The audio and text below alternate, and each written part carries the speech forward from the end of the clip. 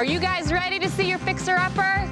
Just say the word shiplap, and you know I'm talking about America's favorite TV home design couple, Chip and Joanna Gaines. I work harder, not smarter. That's true. In 2013, Fixer Upper on HGTV became a phenomenon, Go get them. Show me what you got. making the Waco, Texas husband and wife household names. Demolition. 19 million viewers tuned in each week as Chip and Joanna juggled their marriage, raising 4 young children, life on a farm, and the highs and lows of transforming rundown houses into dream homes. Oh my Right God. now I'm crying. Their popularity and their growing empire, named Magnolia, exploded, Thank you, guys. transforming the town of Waco. Tourists flocked to visit their retail stores and restaurants. They opened a bakery, launched a magazine, and wrote 7 best-selling books. In 2017, after 5 seasons of Fixer Upper, Chip and Joanna shocked their fans by announcing they were ending their show.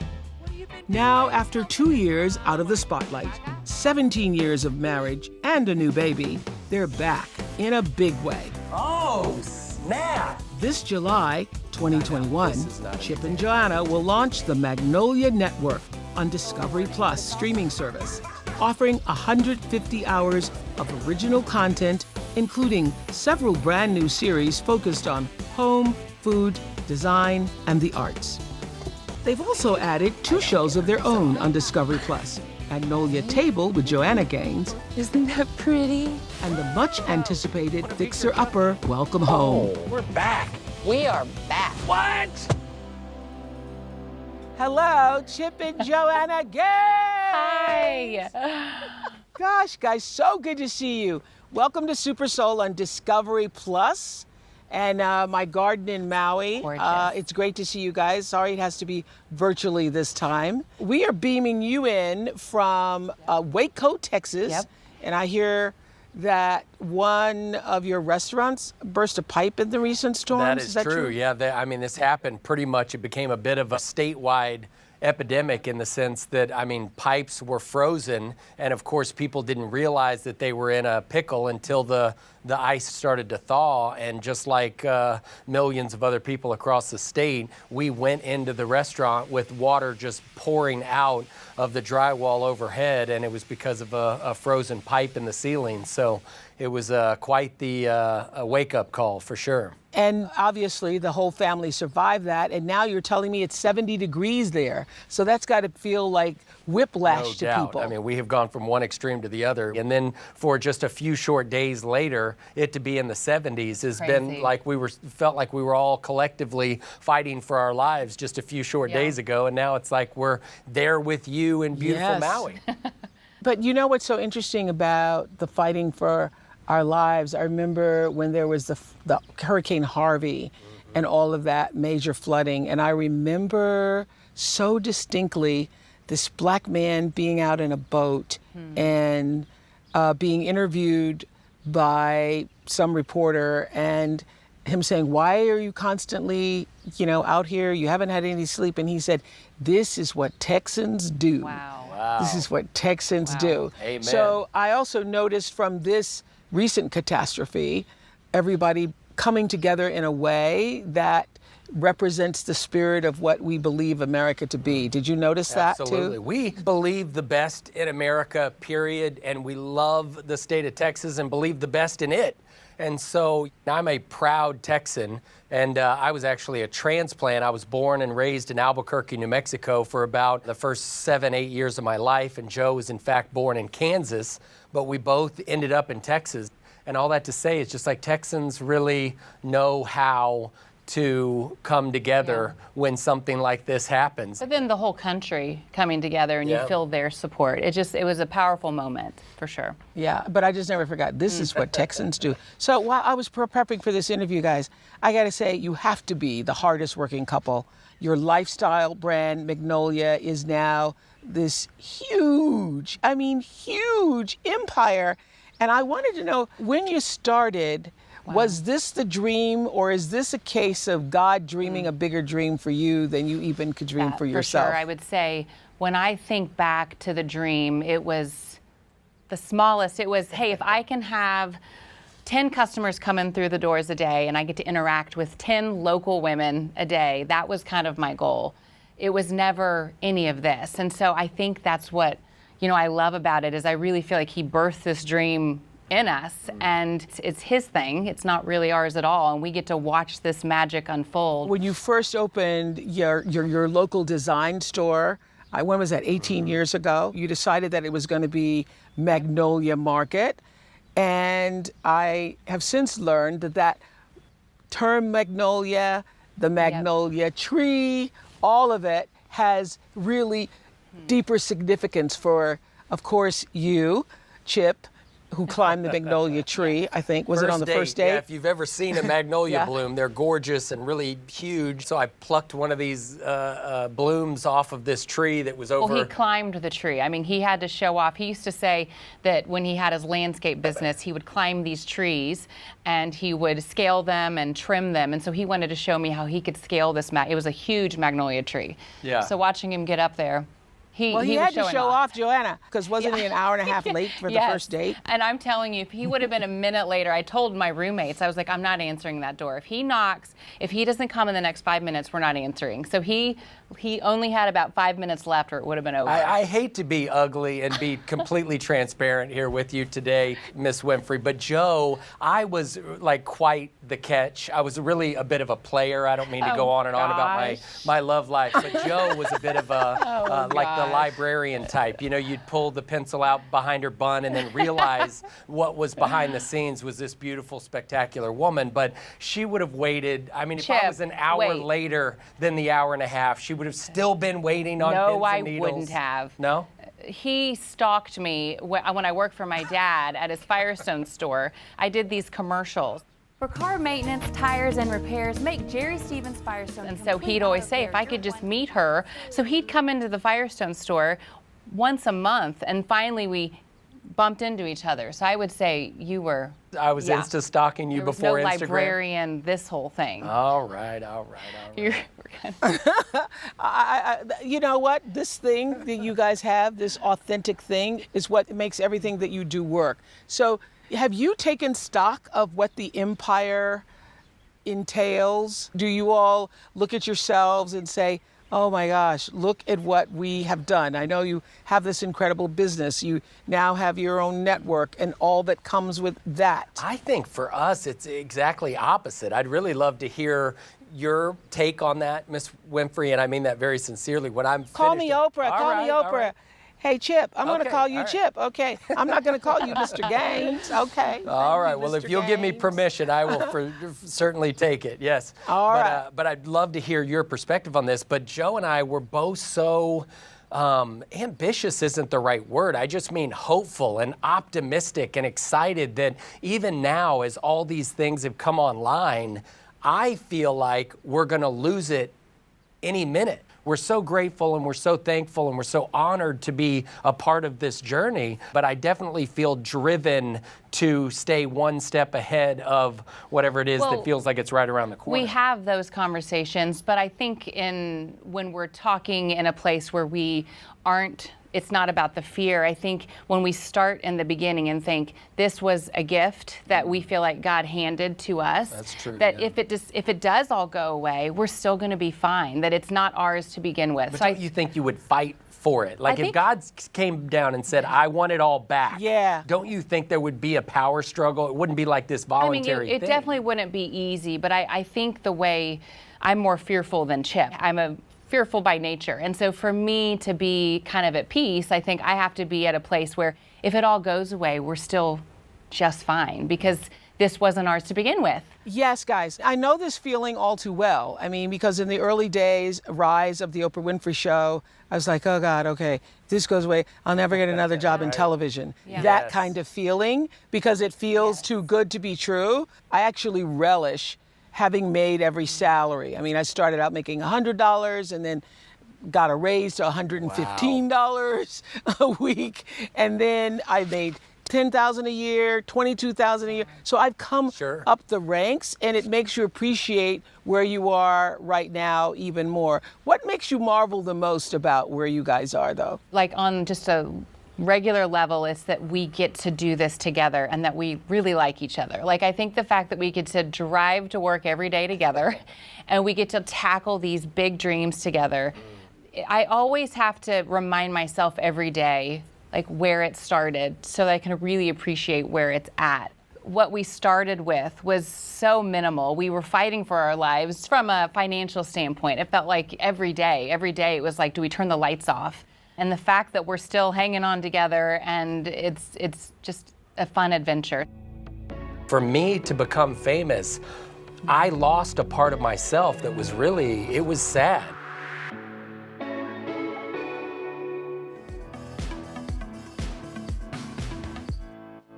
Who's your favorite, Mama or Gaga? Gaga. Hey, let's try this again. Who's your favorite, Gaga or Mama? Mama. Okay. I saw you on an interview, Joanna. You said that getting the intention right helps make all other decisions going forward that much better and changes his perspective. I can relate to that because intention is the foundation of everything I do. I mean, I don't do anything without thinking about, okay, why do I really want to do this? And so how has that played a role for you all? I think for us with time, we think about the time we have. We have 5 kids. We've got this business. Anything we say yes to, there's got to be a meaningful why behind it. It's not just to add it to our portfolio or tackle bigger dreams. When we can align with the why and get passionate about it, then that gives us the fuel to actually get us across the finish line. So I think the intentional part is the most important thing, because that's what gets us to show up every day to do the hard work. And you all spent a year off camera and then decided to come back and start the network. That year off camera was because of what? Well, there was numerous things. I would say on my side, it was when you're filming for 4 or 5 years, you begin to lose the why. It's now just this thing of like, we're just showing up. And I think towards the end, we just lost steam. We lost the purpose in it. We wanted to wake up every day and say, this is why we're doing this. And I think towards the end, it almost felt like it was wagging our tail and it was controlling us. And I remember she and I both said, listen, if Fixer's going to be over and let's say it's tomorrow, how long do you want to basically push pause on any opportunity that may come from the universe our way? How long do we want to hold off on those decisions? And she said 12 months. And I said, you're not going to believe it. I mean, 1 year was exactly the time that I had in my mind as well. So we basically just told our agent to just take all the calls and put them in a folder somewhere, and that we would get back to them later. But kind of the way you described it early in your career, Oprah, where you were saying, we didn't know that the phone was ever going to ring again. We didn't know that anybody was going to care about us 12 months down the road. Yeah. We honestly knew very well that this could be the end of it. Yeah. That this could be just like a chapter of our life. It was what we were advised not to do. And I think that's sometimes what gets us really excited. I was going to say, Everybody, all of your agents, all of the people who work around you, work with, Yes. were like, don't do that. You can't stop for a year and come back. And not only did you do that, you stopped and you came back stronger than ever.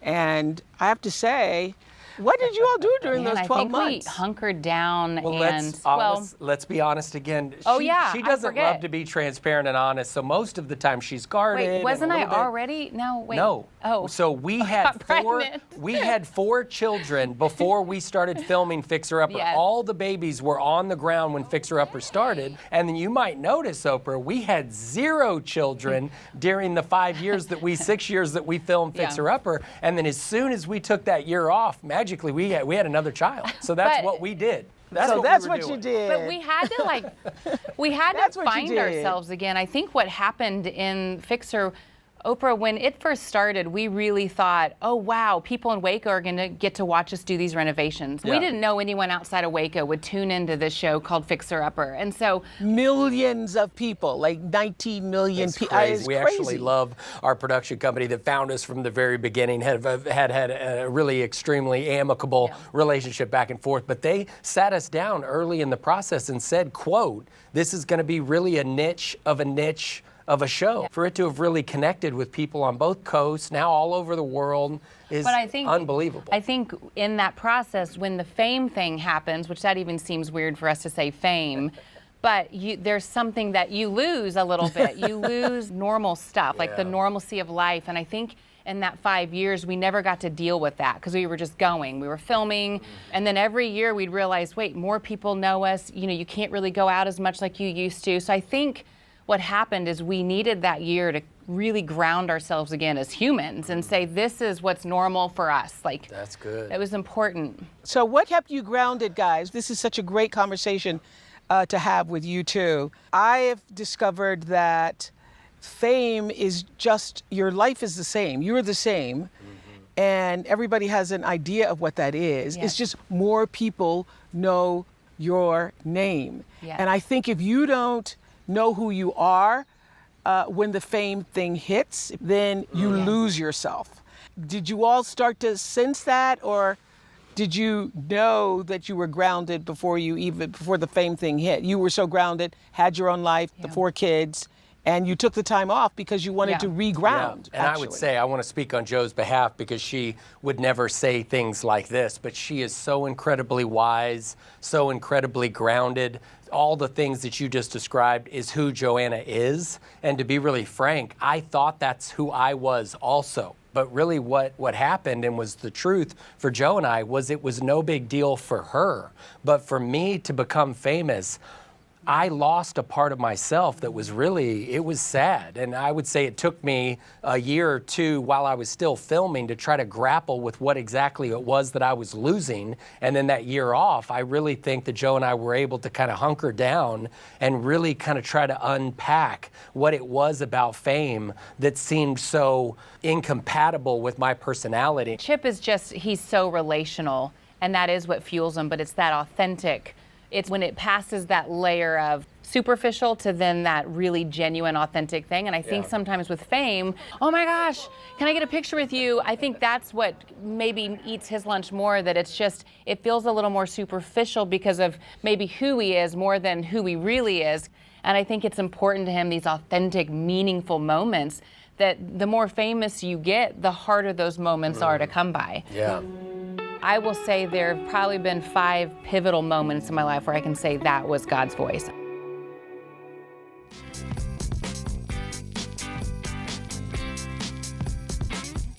Baby, look. Hey, just slow, no one's in a hurry, slow down. I'll tell you this, the fact I got such bad ankles isn't doing me any favors. Okay, I'm gonna get behind you, babe. Okay. Oh! Don't! Babe, don't! Oh, crap.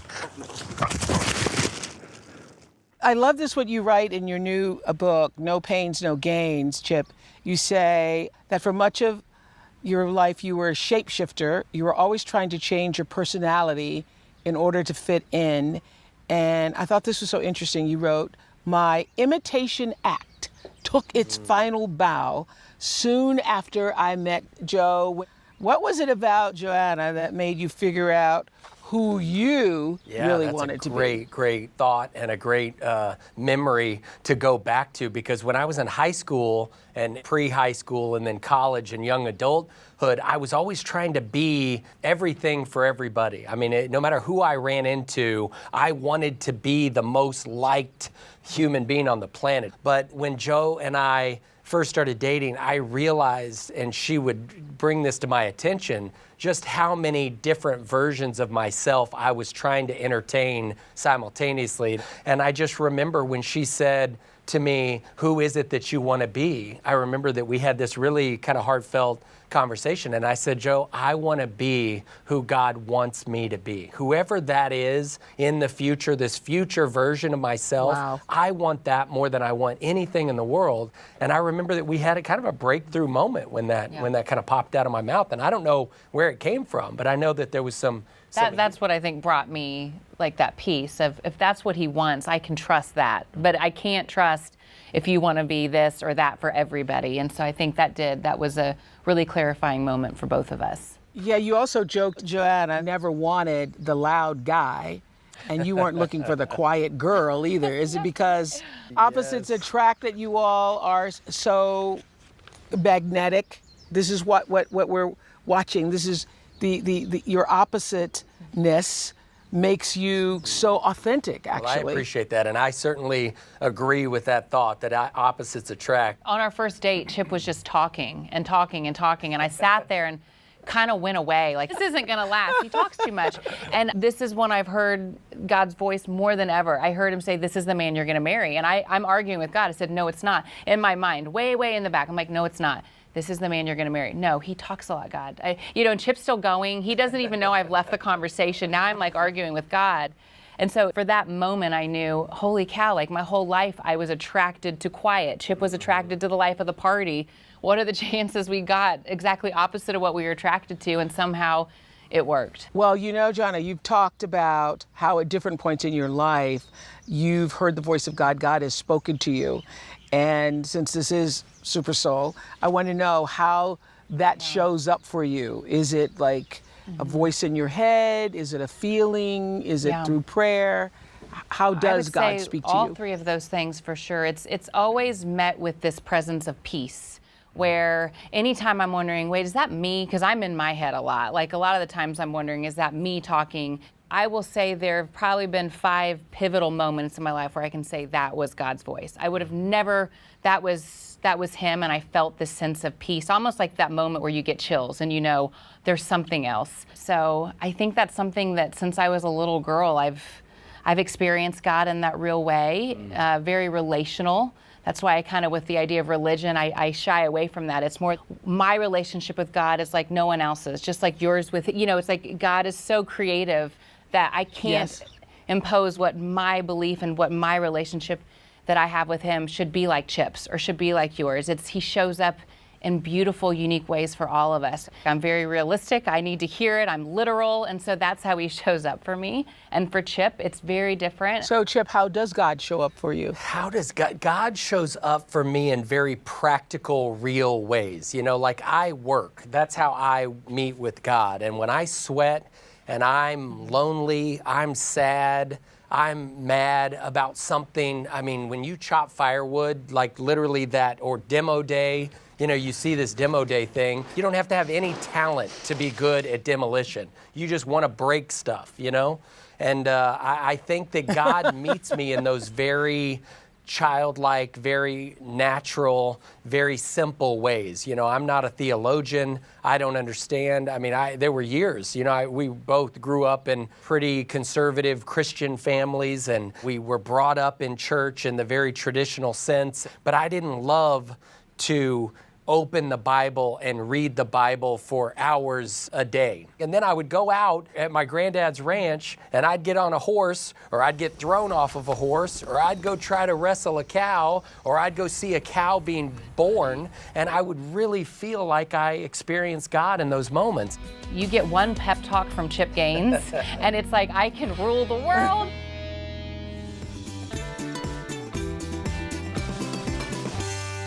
You should see if it looks like you're working in the garden.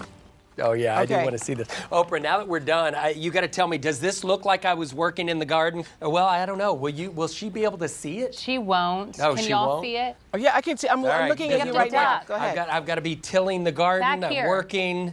I'm pulling some weeds. Back Oh, back towards Joe. Joe. Yeah. Yeah, back Right back here. over the other side Oh, of got Joe's, it here? Joe's ear. All right. Right there. My kids are not going to believe it. I said, listen, I wasn't invited, but I got to work in Oprah Winfrey's garden. I'll take it. Okay, babe. Is She this- got it. Should I keep going? No, Is you're this done. enough? Okay. Is Sit this down. ridiculous? You got it. All right. No, All right. I've interviewed tens of thousands of people over the years, and when you ask people, what do you want to be happy? Most times people will say, oh, I just want my children to be happy. Joe, I read that the reason the whole family works is because you all put the marriage first and everything else comes after that. Yeah, and I even think, but even before that, it's one thing I'm so thankful for is that we met each other a little later in life. Chip was probably one of the oldest of his friends to get married. And in that time period, it's like we both, I know for me, like as a woman, I figured out, I wanted to be as whole as possible with all the stuff. Like, how can I be whole? We didn't want to come to marriage saying, how will someone complete me? But I think as much as we cannot rely on each other to fill us up, That's not our job. It's to come together and partner together. Then we're the best for our children. So it's got to be in that priority in our minds, in our heart, and in our home, that we're healthy and whole, so that our children, what trickles down to them is health and wholeness as well. It's like our relationship is what brings us passion and energy and fulfillment. And if Joe and I are out of whack in that sense, then obviously the kids are going to suffer as a result. And then we think about our business will, of course, then suffer as a result of that. And it becomes a compounding enemy that works against us. Joe, you know, I've kept a journal my entire life, and I heard that at one point you let Chip see your journal where you've written down the dream of Magnolia Market. And, you know, I'm a big believer in that. What happened next? Can you give this? You showed it to him. I have this idea. And then? You know, I'm such an internal processor, and I have to journal every day. That's how I start my day. And that's the only time Chip's ever seen my journal, is when I said, hey, I've written down some dreams I want to do. But when I showed it to him, for me, it was a dream. And when I used to say dream, that meant it'll probably never happen. Well, when I showed Chip, he said, why wouldn't you do this? It was in such a childlike faith, like, why wouldn't you try this? And I said, oh, I don't want to fail. What if I fail? And he's like, well, what if you fail? And so I would say a week later, you get one pep talk from Chip Gaines, and it's like, I can rule the world. And so the next week, I find a building. Chip is like, hey, and I mean, it was a tiny little building. Burnt orange. We had the no ugliest money. building you could possibly imagine. Somehow he gets a loan. I mean, and within 3 weeks now, I own this building, and now the dream that I had dreamed of for years, I'm seeing like happen and play out because Chip Gaines, Coach Gaines, said go for it. And then I'd say the rest is history. This feels like such a perfect, it's an incredible match. You can see the hand of God all in it, all over y'all, because you wouldn't have been the woman that you are had it not been for him. And he wouldn't be who he is had it not been for you. In what ways do you bring the best to each other? For me, it's perfectly clear. I was like chasing my tail. I was like a dog chasing his tail in a circle, trying to be all the things for all the people. And I can just, beyond a shadow of a doubt, quickly say she grounded me. And it's almost like the dog then saw the tennis ball or whatever and calmed down. You know, I was just such an idiot, and I was just so anxious and so excitable. And my dad used to, you know, in a loving way, but was like, man, son, talking to you is like trying to get a drink of water out of a fire hydrant. And it was just like, I was always that kind of energy. You know, it wasn't pleasant. It wasn't cute. It was like anxiety inducing, you know? And Joe has just kind of grounded me in this place to where I would say that just, it's almost like when I die or I'm on my deathbed, what I'll say looking back is that I owe you my life because you settled me down. You know, you kind of, it's almost like a horse that's wild. Oh, I think that's I can tend to, again, because I'm more operational, click into like a robotic mode and just show up and do the thing and forget the why. A lot of the times forget the joy, to find the joy in that moment. And Chip is always teaching me, if you're not having fun, if you're not enjoying and savoring these moments, then why are you doing it? And he also pushes me to do it. Is it true that since you all have been married with kids, that there has not been a TV in the house, Joe?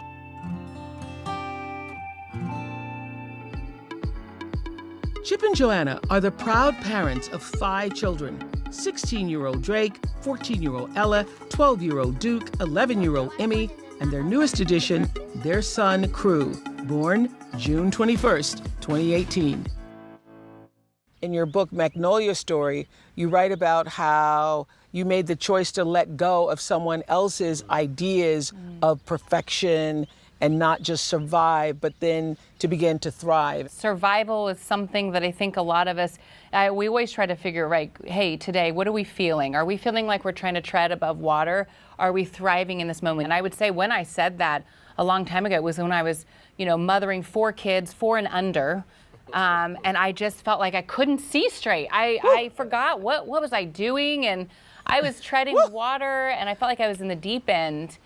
Oh my But the God, that's second hard. you That is you so shift your hard. mentality and Yeah. you see the wonders of the things that wake them up, the things that bring wonder to their eye. When you start getting out of your head and you start seeing the moment for what it is, which is a gift, it changes everything. And I had to have that pivotal moment of, you know, I wanted my house to be perfect, but I have 4 kids, and I had white couches. Who does that when you have 4 kids? Like, and so I was constantly trying to juggle this life of perfection, but then also trying to be a good mom. And I realized that my priorities were off. And the second I let go of that perfection is when I could truly start living. And it's like now I look back and think, I'm thankful I learned that early on, because now it's just a lot easier to parent when I'm not worried about all the other things.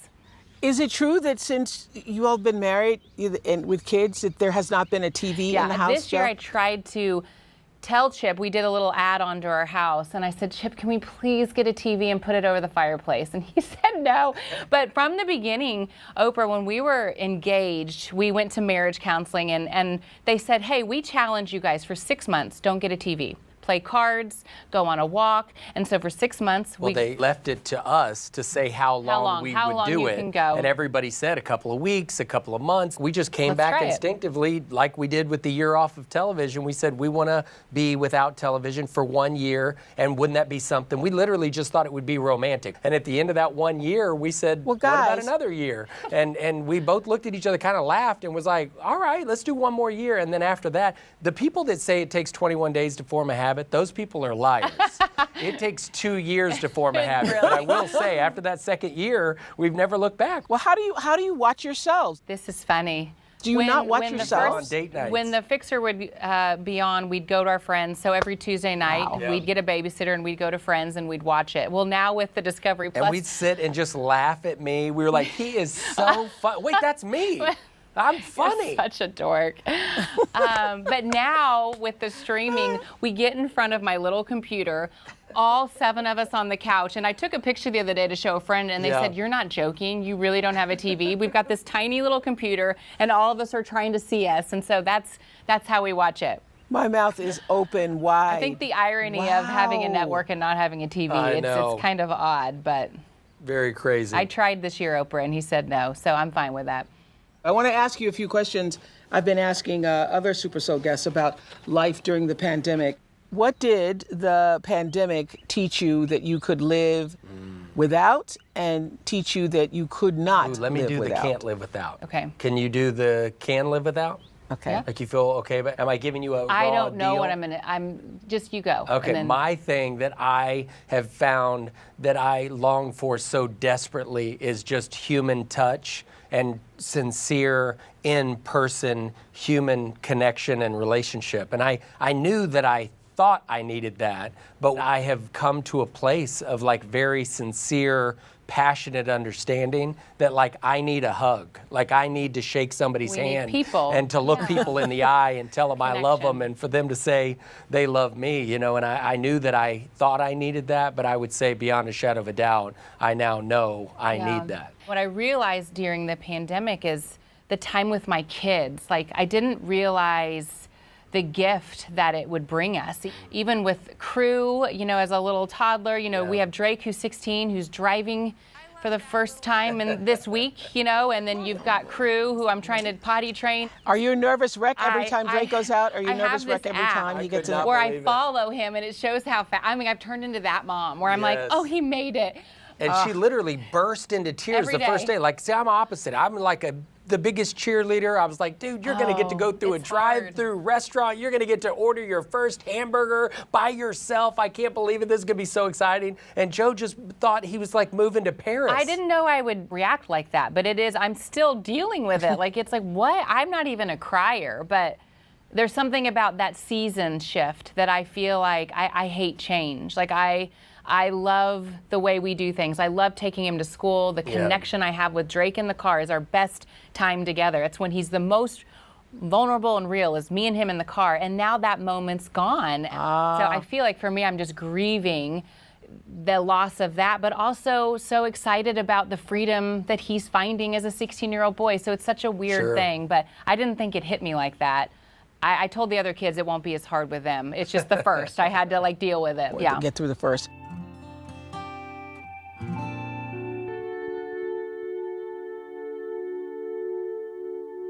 And now this idea of taking houses, turning them into homes, being a place where literally the essence of the people who live there gets expressed in those spaces. You're going to do that on your network with every show.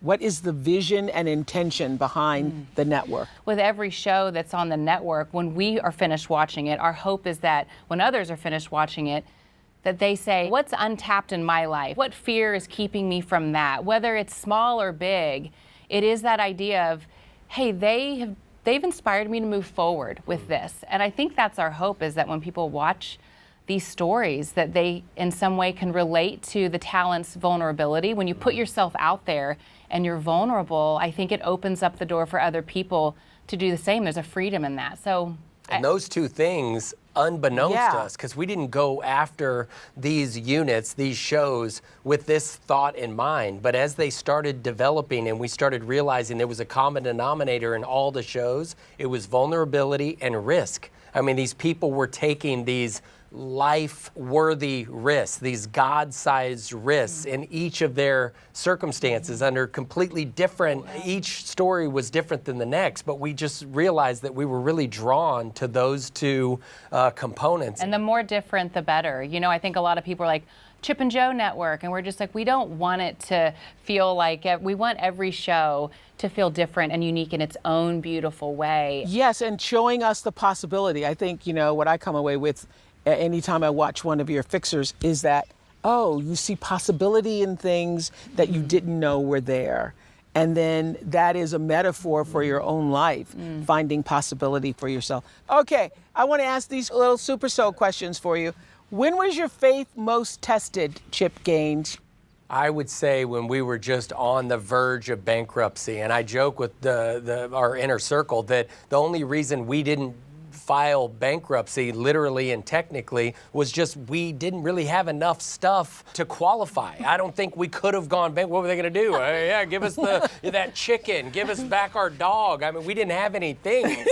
And so, I mean, there were just moments to where Jo and I were at the absolute end of our rope. And I think I really did kind of cry out to God in a pretty literal sense and was just like, God, I'm so sorry for this, whatever mess I've gotten myself into here. And if you can get me out of this, and if you can help me find a way out of this, I'll be forever grateful. I'll remember this forever. And I think that the idea that when you go through that type of pain and suffering, you can't help but be empathetic and sympathetic to people who are going through issues of their own, and it makes you want to help. It makes you want to be a part of the solution as opposed to throwing a rock. It changed our idea of money. I think for 4 years we were like, God help us. And I think now that we look back, it wasn't that God was like allowing that to teach us a lesson. I don't believe that's how God works in our life. But I do think he uses these as beautiful lessons, and instead of looking at money as a savior or the thing that's going to get us to get to the next level. Once I get this, boy, I'll be happy then. It was a tool, and once you understand how to handle and understand money, it no longer, once you get it, it doesn't have that hold on you. I was going to say it doesn't have that power and I look over back you. now. And maybe that's what you needed. Maybe that's what you needed because, we believe that. God knew what was around the corner. Besides your work, obviously, your family and children, what do you think is your true offering to the world? Because I believe that all of us come here with gifts of grace, and that the work that we do is an offering to the world. What do you think that offering is? It's a deep thought, deep question. What do you have some thoughts that come to mind, or? I think, well, I have a couple things. Jo sometimes likes me to ramble around and just make things up to give her a little time to get her thoughts together. I wanted to make sure I didn't step on her thoughts. I think finding beauty in kind of in everything, whether it's in the, like, I can look back on my life now and all the times I begged God to get me out of this, whether it was when I was little and I was being made fun of, or I couldn't find friends, like all the moments I said, God, fix this right now. I can now look back as a 43-year-old woman and see the beauty in that moment that I couldn't feel when I was little, or that I couldn't feel when we were struggling financially. But there's beauty to be found in everything. And I think whether that's a house, whether that's someone's story, whatever it is, that to look for the beauty, that beauty will always rise in the ashes. You guys are awesome. I see why the world loves you so much, and the world watches you and they see this well-lived life. So this is my final question. You appear from every aspect of things that we know about you to have a well-lived life. And a lot of people seek to have this well-lived life. What is your advice or offering to people who are looking to get what it looks like with the two of you? For us, one thing Chip has always pushed us both on is contentment. At every stage in our life, having this contentment with what we have here, this is enough. I think for us, it's like finding contentment in every stage and not assuming that the next stage will be better, or but really kind of savoring that gift and moment in time this season, even if in pain, trying to find contentment there. It's that in every season, it is a well-loved life because we are living and we're breathing and we have this gift of time in our hands. And so for me, it's that right here and now, this is a well-loved life no matter what I have. That is what all the great philosophers say.